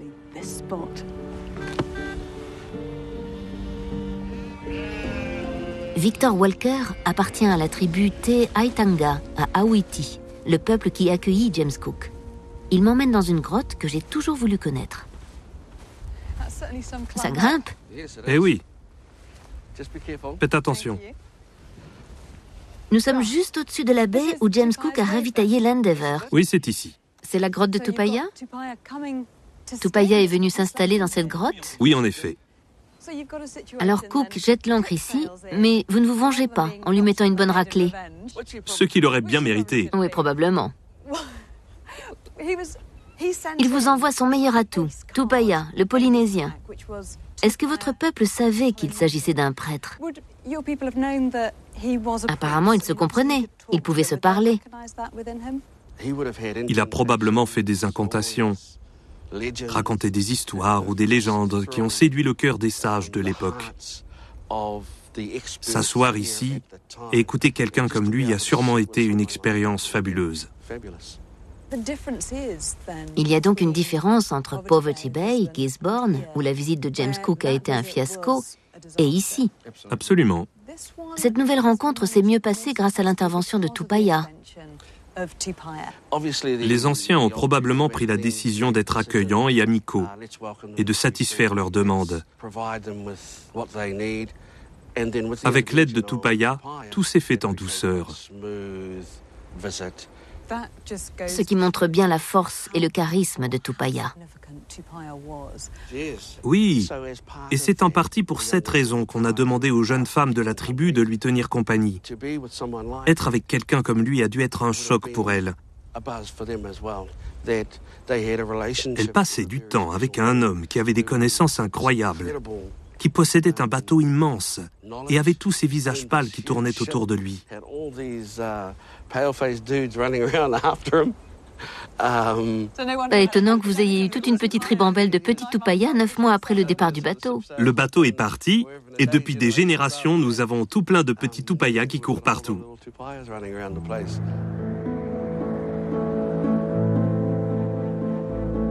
Cinq jours après son arrivée, le 29 octobre 1769, James Cook quitte la baie de Tolaga et continue l'exploration de cette nouvelle terre. Un jeune garçon, Te Oreta, fait une description de James Cook. Il y avait un homme qui était le supérieur du bateau. On voyait bien que c'était vraiment lui le chef. Souvent, les étrangers parlent beaucoup. Lui, il ne disait pas grand-chose. Il est venu vers nous, les enfants, et il a tapoté nos joues et nos têtes en nous parlant d'une voix douce. Ce chef faisait des dessins sur le sable, en montrant le rival. L'un des anciens a dit « Il veut savoir quelle est la forme de notre terre. »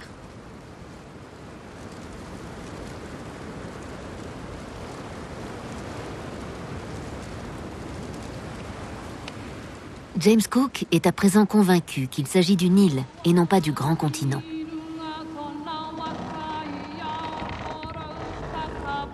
Mais Joseph Banks et les gentlemen se cramponnent à leurs convictions. Pour eux, il s'agit bien de la grande découverte qu'ils attendaient. James Cook décide de mettre fin aux spéculations en dressant une carte d'une grande minutie. Pendant 6 mois, il va relever le contour des 2 îles que nous connaissons aujourd'hui sous le nom de Nouvelle-Zélande et revendiquera la propriété britannique sur elle. Sa carte est un vrai chef-d'œuvre. C'est simplement la plus extraordinaire carte hydrographique jamais réalisée. Elle est très originale, elle est à très grande échelle, elle a été tracée en très peu de temps et avec une précision remarquable. À l'époque, c'est un travail sans pareil. Posséder les capacités et les techniques pour dresser des cartes aussi précises, avec Cook à la tête de la cartographie, place la Grande-Bretagne et la Royal Navy très loin devant leurs rivaux.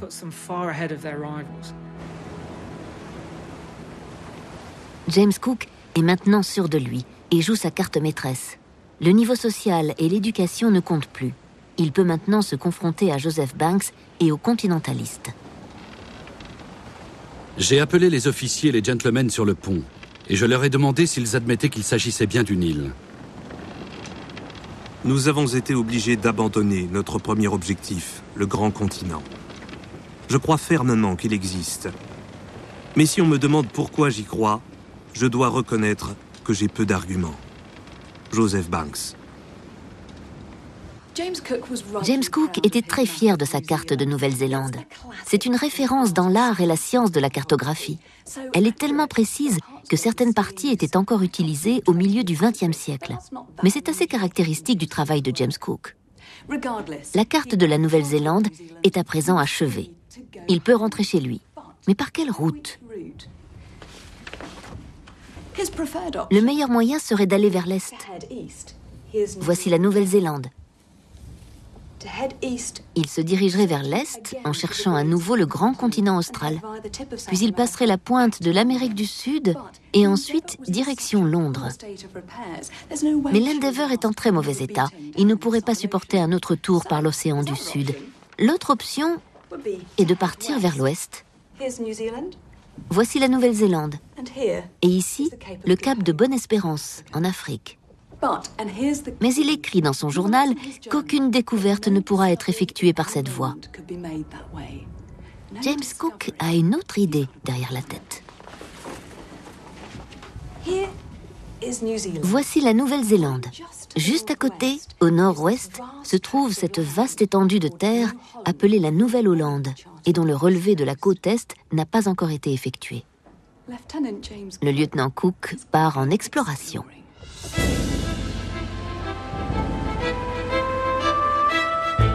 Nous sommes en avril 1770. James Cook n'a pas vu sa famille depuis plus de 18 mois. Il a raté le 7e anniversaire de James, le 6e de Nathaniel et le 3e de la petite Elizabeth. Il pense qu'il a raté l'anniversaire du petit Joseph. Il n'a aucun moyen de savoir que Joseph est décédé 1 mois après son départ d'Angleterre et que 15 mois s'écouleront avant qu'il ne rentre chez lui et qu'il apprenne la nouvelle.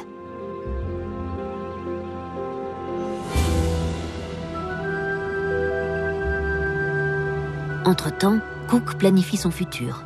Non content d'avoir prouvé que la Nouvelle-Zélande n'était pas un continent, il pense déjà à un 2e voyage dans le Pacifique. Il veut à tout prix connaître la vérité sur le grand continent, d'une manière ou d'une autre.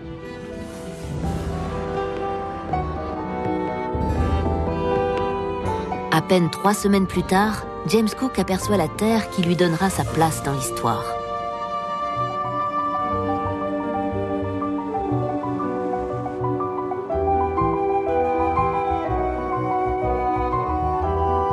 Les 9 jours suivants, l'Endeavour naviguera vers le nord à la recherche d'une petite baie à l'abri des vents.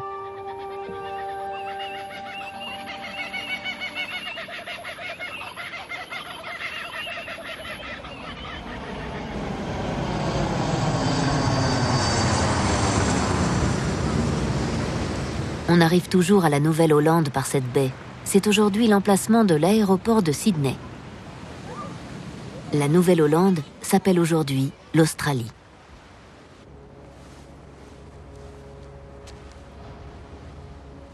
James Cook jette l'ancre de l'Endeavour juste à cet endroit. Et tandis qu'il est conduit sur la côte, il a une idée. Il sait que l'histoire se souviendra du premier homme à toucher le sol. Il se tourne alors vers le cousin de sa femme, second pilote de 17 ans. Il s'appelle Isaac Smith. Il lui dit « Isaac, tu descendras en premier ». C'est exactement ici que Cook a débarqué. Et comme sur un lieu sacré, on trouve une plaque commémorative en l'honneur d'Isaac Smith, et juste là, un monument à la gloire de James Cook, et un peu plus loin, un autre à la mémoire de Joseph Banks.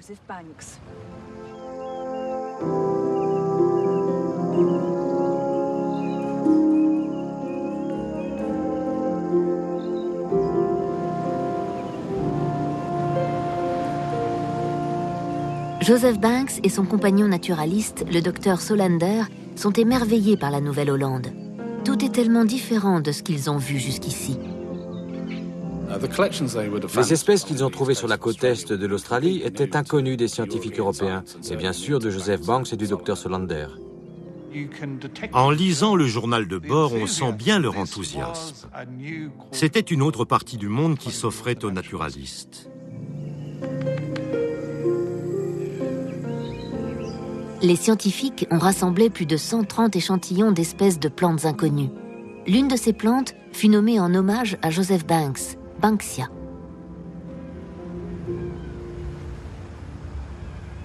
Mais James Cook est perplexe. Il n'a encore vu aucun habitant.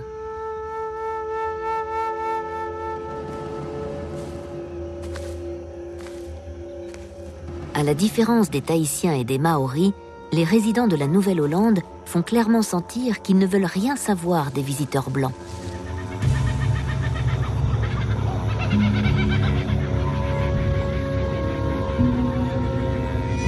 J'ai vu certains aborigènes, mais ils ont pris la fuite dès que je me suis approché.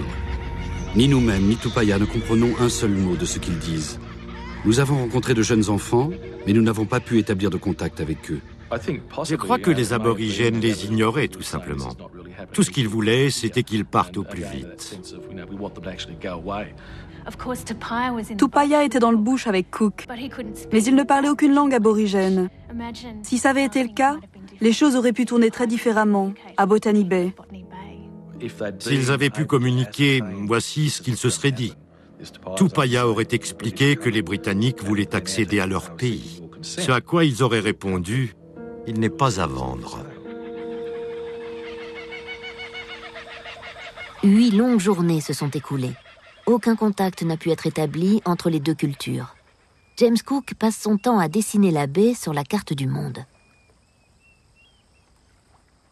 Joseph Banks et les scientifiques, eux, remplissent la grande cabine à ras-bord. James Cook avait nommé ce lieu Stingray Bay à cause de la raie qu'ils avaient capturée. Mais il est revenu sur son journal et lui donna finalement le nom de Botany Bay. Cook réécrivait, reformulait, éditait son journal des jours, voire des semaines après. Il voulait que son rapport à l'amirauté soit plus qu'un récit de voyage. Souvenez-vous, il prépare déjà son prochain voyage de découverte. Il voulait montrer que James Cook était capable de grandes choses. Mais avec cette visite, James Cook a déjà fait plus qu'il ne croit. 16 ans plus tard, la Grande-Bretagne va se rappeler de l'existence de Botany Bay. Vers 1780, les prisons anglaises sont tellement pleines que les criminels sont enfermés sur des bateaux-prisons qui naviguent sur la Tamise.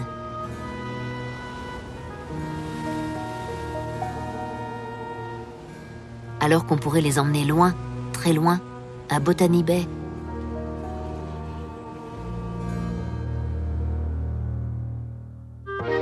James Cook n'y reviendra jamais, mais son nom sera rattaché pour toujours à Botany Bay après son annexion à l'Empire britannique.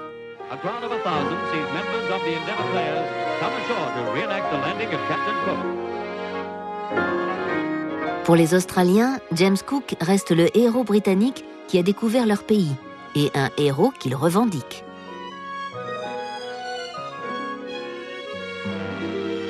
En 1934, un agent immobilier un peu rusé du village de Great Ayton, dans le Yorkshire, a vendu la maison du capitaine Cook à l'Australie. Elle a été reconstruite à Melbourne.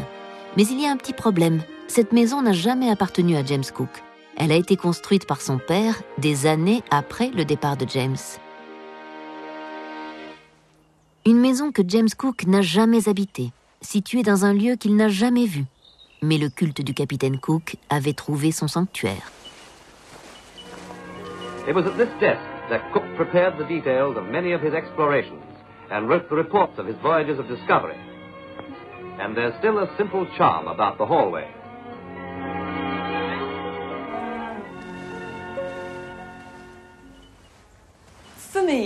Pour moi, cette maison en dit long sur la manière dont nous écrivons l'histoire et fabriquons nos légendes. Tant l'Australie que l'Empire britannique se sont appropriés James Cook et en ont fait une icône impériale, le découvreur de l'Australie. Oser dire que les Hollandais ou tout autre Européen aient pu tracer le contour de ces côtes avant lui était un sacrilège. Un homme comme James Cook, qui ne croyait que dans les faits réels, en aurait été consterné.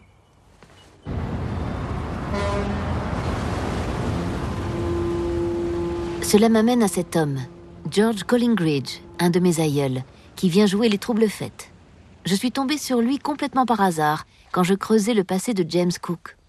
En 1895, George publie un livre qui provoque un véritable scandale. Il conteste le fait que James Cook ait découvert l'Australie. Selon George, les Portugais sont arrivés les premiers, au moins 250 ans auparavant.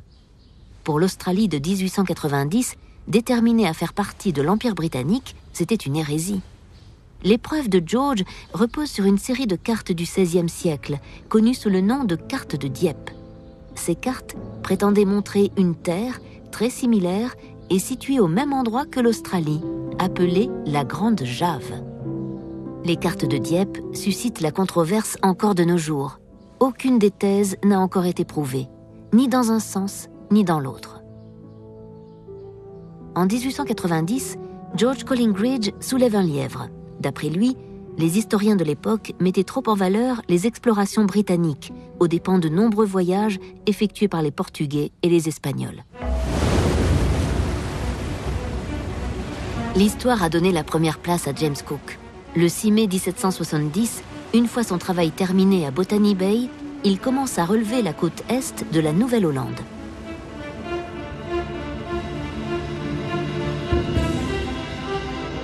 Pendant 3 mois, il fera le tracé méthodique de cette terre inconnue.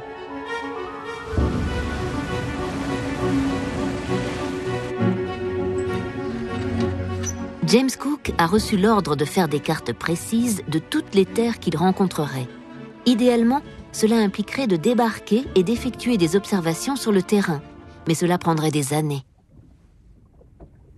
Il décide de faire ce qu'on appelle de l'arpentage mobile. Cela consiste à prendre des références et des mesures à partir d'un navire en mouvement. C'est un travail très minutieux.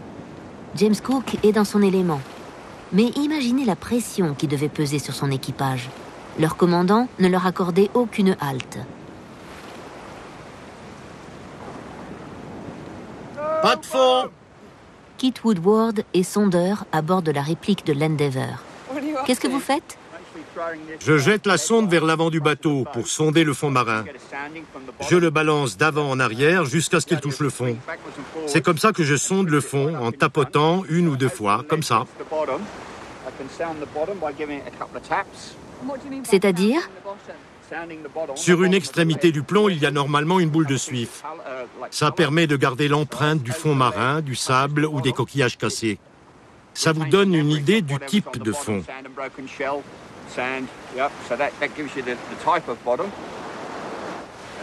Et comment connaissez-vous la profondeur ?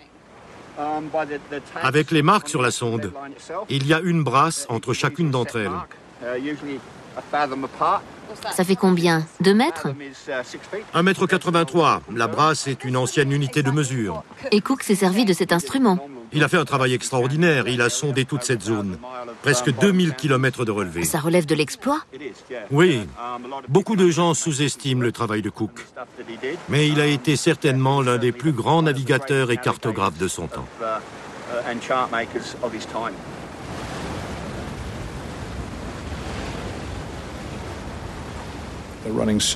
Effectuer des relevés n'a rien de passionnant.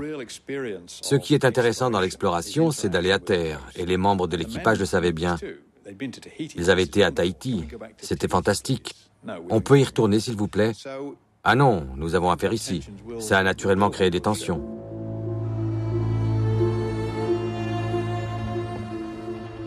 Cette nuit, en plein milieu d'un tour de garde, une très étrange aventure est arrivée à M. Walden, mon secrétaire.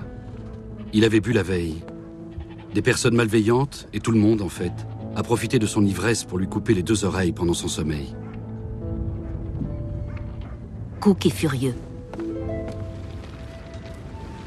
Ces pratiques sont à mes yeux très dangereuses lors d'un tel voyage. Elles sont la pire insulte qui puisse être faite à mon autorité sur ce navire. Et il poursuit. J'ai toujours été disponible pour écouter toute plainte contre quiconque sur le navire. James Cook, qui voulait être un bon capitaine, a pris l'incident comme une insulte personnelle. Tout le monde n'était pas aussi acharné que lui. Cela faisait des années que les marins étaient en mer, et là, ils avançaient pas à pas devant cette satanée côte, sans jamais pouvoir la toucher, pendant que leur capitaine faisait des mesures scientifiques que la plupart d'entre eux ne comprenaient pas. James Cook avait mis tous ses espoirs et ses ambitions dans ce voyage, mais après 2 années de navigation difficile, l'équipage veut simplement rentrer le plus vite possible.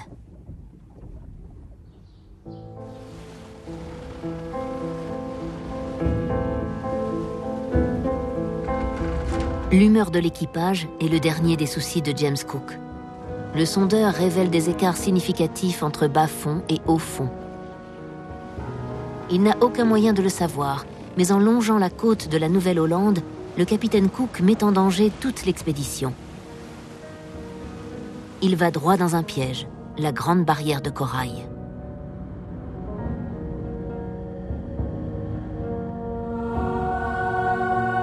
Une sorte de terrain miné, avec des coraux sur plus de 200 km.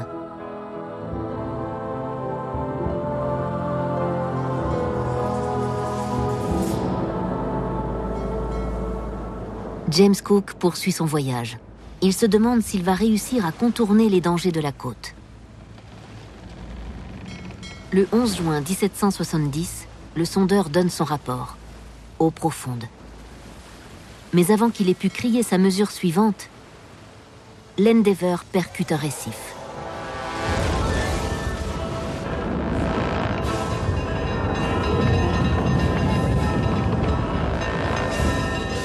Il y a 100 marins à bord de l'Endeavour. Les magnifiques dessins de Sidney Parkinson. L'inestimable collection d'histoire naturelle de Joseph Banks. Les observations sur le passage de Vénus. Les cartes des côtes néo-zélandaises et de la côte est de la Nouvelle-Hollande. Le contenu de ce navire n'a pas de prix. Tous les regards se dirigent vers James Cook. Il est face à son plus grand défi. Demain soir, nous retrouverons le capitaine Cook. Au programme, 2e volet du portrait intime de l'explorateur et suite de notre grand film d'aventure.